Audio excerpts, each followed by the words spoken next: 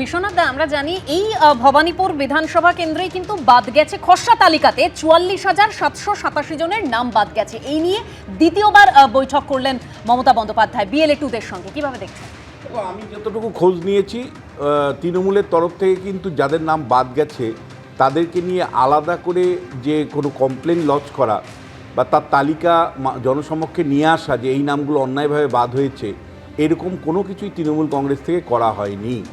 ফলে এখানে রাজনীতি আছে।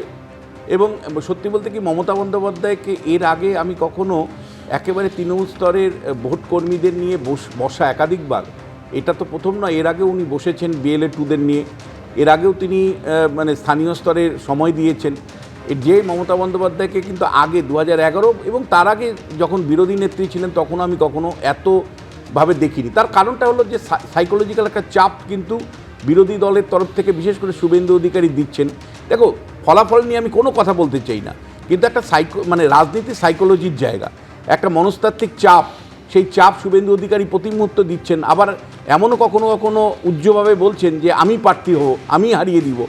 এই কথাগুলো সাইকোলজিক্যাল চাপ এই কারণে হচ্ছে 2021 সালের নির্বাচনে যেহেতু নন্দীগ্রামে মমতা বন্দ্যোপাধ্যায় হেরে গেছেন শুভেন্দুর কাছে, ফলে শুভেন্দু যখন এসে সভা করছে, মমতা বন্দ্যোপাধ্যায়কে চ্যালেঞ্জ ছুটছে, একটা সাইকোলজিক্যাল চাপ তৈরি হচ্ছে এবং সেই চাপের কনটেক্সটে কিন্তু মমতা বন্দ্যোপাধ্যায় নিজেকে আরও বেশি সচেতন রাখছেন, বুথ কর্মীদেরকে আরও বেশি পরামর্শ দিচ্ছেন নিবিড় সম্পর্ক তৈরি করার জন্য। এটার মধ্যে কোনো অন্যায় নেই। একটা প্রতিপক্ষকে যখন চ্যালেঞ্জ ছুড়বে তার জন্য সমপরিমাণে প্রস্তুতি নেওয়ার কথা তিনি বলছেন।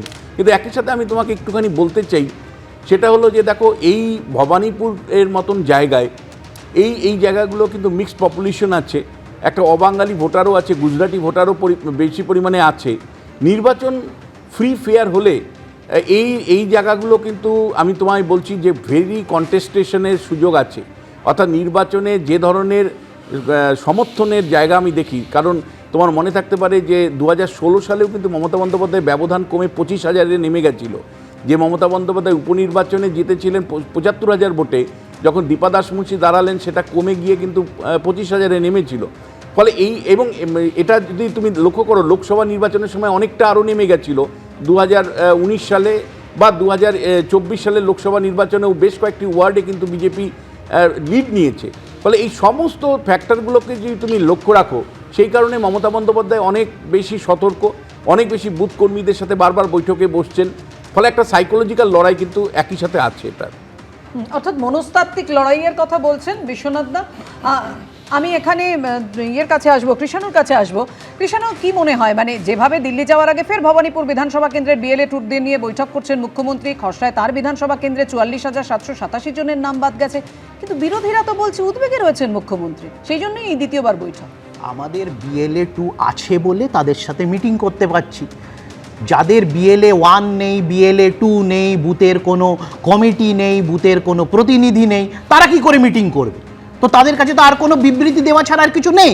আমাদের আছে, আমাদের কর্মী আছে, প্রত্যেকটি বুথ বাংলার 90,000 বুথে আমাদের কর্মী আছে, আমাদের কমিটি আছে। তো তার জন্য আমরা মিটিং করব, 100 বার করব। তোমাদের মাধ্যমে আমরা বিজেপিকে দেখাবো, বিশ্বনাথ দাকে দেখাবো, রাজাগোপাল বাবুকে দেখাবো, বারবার দেখাবো, তারা দেখবে আর চলবে, লুচির মতো ফুলবে। আমার তো কিছু বলেন না, আমাদের আছে।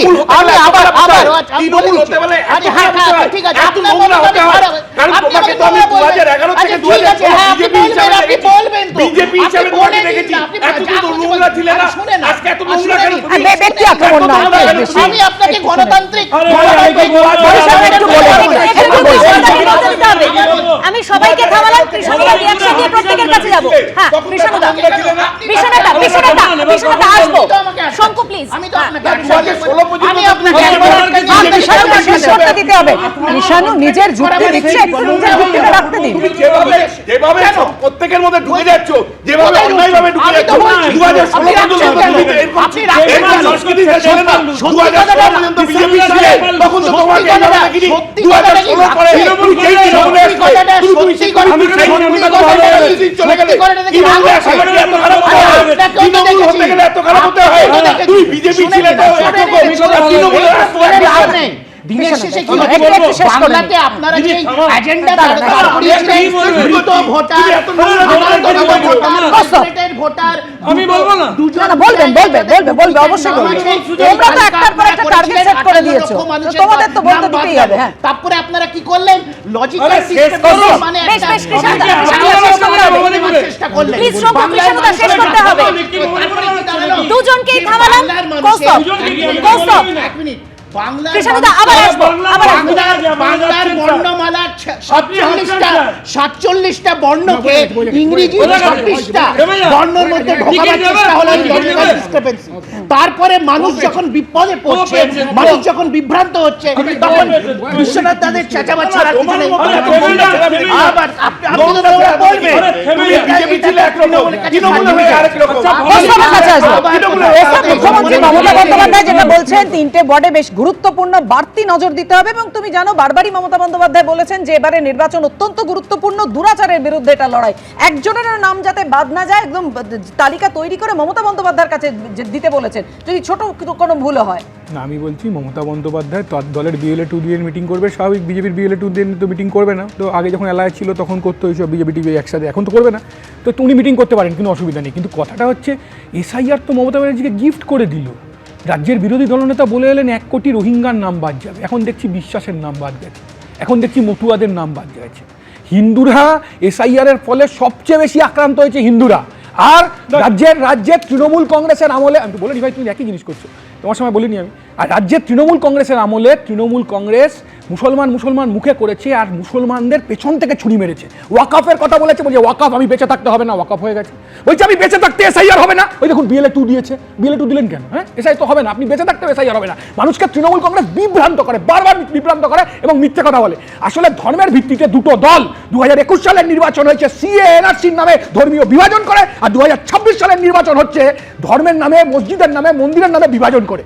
আমরা বলছি যে সংখ্যালঘুদের বুকে ছুরি মেরেছে, পিঠে ছুরি মেরেছে তৃণমূল কংগ্রেস, সেই সংখ্যালঘুরাও বুঝতে আরম্ভ করেছে যে এই সংখ্যালঘুরা বুদ্ধদেব ভট্টাচার্যের সময়, জ্যোতি বসুর সময় আজকে এইরকম খারাপ অবস্থায় তারা ছিল না, সংখ্যালঘুদের ব্যবহার করা হচ্ছে। আচ্ছা, বিজেপি তো ঘোষিত হিন্দুত্ববাদী দল, তৃণমূল তো তার থেকে বড়। বলছে মহাকালের মন্দির করবো, বলছে বড় শিবলিঙ্গের মন্দির করবো। ও তো তাও ট্রাস্টের টাকায় রাম মন্দির করেছে, অন্যায়ভাবে বাবরি মসজিদ ভেঙেছে, বোঝা যায়। কিন্তু এরা কি করেছে? জগন্নাথের মন্দির করেছে আমার আপনার ট্যাক্স পেয়ারদের টাকায়। শিল্প তালু খাওয়ার কথা ছিল, কাজের কথা ছিল, কর্মসংস্থানের সুযোগের কথা ছিল। এসএসসি পরীক্ষা বন্ধ হয়ে গেছে, টেট পরীক্ষা বন্ধ হয়ে গেছে, প্যারা টিচারদের মাইনে বাড়ে না, এমএসকে কর্মীদের মাইনে বাড়ে না, কন্ট্রাকচুয়াল লেবারদের মাইনে বাড়ে না, নির্মাল ওয়েলফেয়ার বোর্ডের কোটি কোটি টাকা খেলামেলায় বিক্রি হয়ে যায়, বিড়ি ওয়েলফেয়ার বোর্ডের রোগ হলে বিড়ি শ্রমিকদের টাকা পায় না। আর তৃণমূল কংগ্রেস কিনে নেন, একজন এমএলএ জিতেছেন, একজন এমএলএ কোটি কোটি টাকা দিয়ে তৃণমূল কংগ্রেস সেই এমএলএ কিনে নিয়েছেন। কার থেকে দেখে শিখেছেন? কার থেকে দেখে শিখেছেন? তৃণমূল কংগ্রেস কার থেকে দেখে শিখেছেন? দিল্লির নেতা চাণক্য অমিত শাহ থেকে দেখে শিখেছেন। যাহাই বিজেপি তাহাই তৃণমূল কংগ্রেস। আমাদের রাজ্যে এসআইআর এর ফলে সাধারণ মানুষকে হেনস্থা করা হয়েছে, সাধারণ মানুষকে খেটে খাওয়া সাধারণ মানুষ, গরিব মানুষ, তাদেরকে হেনস্থা করা হয়েছে। ডিজিটাল ডিসক্রিপেন্সি কেন হলো? মমতা ব্যানার্জির আধিকারিকদের ভূমিকা কি করার কথা ছিল? টেক্সট ফর্মে ইমেজ স্ক্যান করার কথা ছিল, টেক্সট ফর্মে স্ক্যান করার কথা ছিল, করেছেন ইমেজ ফর্মে স্ক্যান। কি হয়েছে? বাবা লেখেন অমৃতাভ বন্দ্যোপাধ্যায়, ছেলে ওই বন্দ্যোপাধ্যায় না লিখে রাজীব ব্যানার্জি লিখেছেন, তাকে ডেকে পাঠাচ্ছেন। কেন হেনস্থা করছেন মানুষকে? উল্টে তো তৃণমূলের সুবিধা করে দিচ্ছেন, মানুষকে খেপিয়ে দিচ্ছেন। আমি বলছি বিরোধী দলনেতাকে বলতে হবে কত রোহিঙ্গা, কত ঘুষপেটিয়া, কি করে ঘুষপেটিয়া আসছে। অমিত শাহ তো মন্ত্রী। এসআইআর নিয়েও কিন্তু তৎপরতা একেবারে তুঙ্গে, এবং সেটা সমস্ত রাজনৈতিক দলের তরফেই দেখা যাচ্ছে। যেমন আজকে নিজের বিধানসভা কেন্দ্র ভবানীপুরে বিএলএ 2 নিয়ে কালীঘাটে বৈঠক করেছেন ফের মমতা বন্দ্যোপাধ্যায়। সূত্রের খবর যে 3টি ওয়ার্ডে কড়া নজর দিতে নির্দেশ দিয়েছেন তৃণমূল নেত্রী। পাশাপাশি চূড়ান্ত ভোটার তালিকায় অল্প ভুলে কারোর নাম বাদ গেলে সেই তালিকা তাকে দিতে নির্দেশ দিলেন তিনি। দেখুন। আর কদিন বাদে বিধানসভা ভোটের দিনক্ষণ ঘোষণা হয়ে যাবে। সবার বিশেষ নজর নন্দীগ্রাম ও ভবানীপুরের দিকে। একটি শুভেন্দু অধিকারী, অপরটি মমতা বন্দ্যোপাধ্যায়ের কেন্দ্র। এই আবহেই শুক্রবার নিজের বিধানসভা কেন্দ্রের বিএলএ 2 নিয়ে কালীঘাটে ফের বৈঠক করলেন মমতা বন্দ্যোপাধ্যায়। সূত্রের খবর 63 ও 72 নম্বর ওয়ার্ডে বিএলএদের বিশেষ নজর দিতে বলেছেন তৃণমূল নেত্রী। এই বিধানসভা কেন্দ্রেরই 77 নম্বর ওয়ার্ডে অনেক বৈধ ভোটারের নাম বাদ দেওয়ার চেষ্টা করা হচ্ছে বলে অভিযোগ করেন তৃণমূলের বিএলএ 2। পরিসংখ্যান বলছে ৭৭ নম্বর ওয়ার্ড সংখ্যালঘু অধ্যুষিত। সূত্রের খবর, এই ওয়ার্ডে অন্যায়ভাবে যাতে কারোর নাম না কাটা হয় সেদিকে কড়া নজর রাখতে নির্দেশ দিয়েছেন মমতা বন্দ্যোপাধ্যায়। পাশাপাশি লজিক্যাল ডিসক্রিপেন্সিতে যাদের শুনানির জন্য ডাকা হয়েছে তাদের তালিকা এবং চূড়ান্ত ভোটার তালিকা প্রকাশ হবার পর অল্প বিস্তর ভুলে কারোর নাম বাদ গেলে সেই তালিকা তাকে দিতে নির্দেশ দিয়েছেন তৃণমূল নেত্রী। মাননীয় মুখ্যমন্ত্রী বুঝতে পারছেন পায়ের তলা থেকে মাটি সরে যাচ্ছে, তো মাটি সরে যাচ্ছে সেই জন্য ভয় পাচ্ছেন। এগুলো ভয়ের রিয়াকশন, এবং যত ভয় পাবেন ভারতীয় জনতা পার্টি আপনাকে আরো তত বেশি ভয় পেতে বাধ্য করবে। মমতা বন্দ্যোপাধ্যায় ভবানীপুরে যদি দাঁড়ান তাহলে ভবানীপুরে মমতা বন্দ্যোপাধ্যায়ের হার নিশ্চিত। ভবানীপুর কেন্দ্র থেকে বিপুল ভোটে মমতা বন্দ্যোপাধ্যায় আবার জিততে চলেছেন। তিনি ওই কেন্দ্রের বিধায়ক। সারা বছর তো বাংলা নিয়ে সময় দিতে হয়, তার মধ্যেও তিনি যথেষ্ট এলাকার খেয়াল রাখেন। এখন যারা তার সহকর্মী, তার মানে একেবারে তার স্নেহধন্য যে কর্মীরা কাজ করছেন তাদের সঙ্গে তিনি যারা ভবানীপুরের দিকে চোখ তুলে তাকাতে চাইছে, ভোটটার ফলটা বেরোক, দেখবেন বিপুল ভোটে মমতা বন্দ্যোপাধ্যায় জিতেছেন। সূত্রের খবর, দলীয় বিএলএদের উদ্দেশ্যে মমতা বন্দ্যোপাধ্যায় বলেন, এবারের নির্বাচন অত্যন্ত গুরুত্বপূর্ণ। এই নির্বাচন দুরাচারের বিরুদ্ধে লড়াই। এলাকায় জনসংযোগ বাড়াতে হবে, প্রতিটি ভোটারের দরজায় দরজায় পৌঁছতে হবে, আরও বেশি করে স্ক্রুটিনি করতে হবে। দিনরাত বিএলএরা অনেক পরিশ্রম করছেন, আগামী কয়েকদিন আরও লড়াই করতে হবে।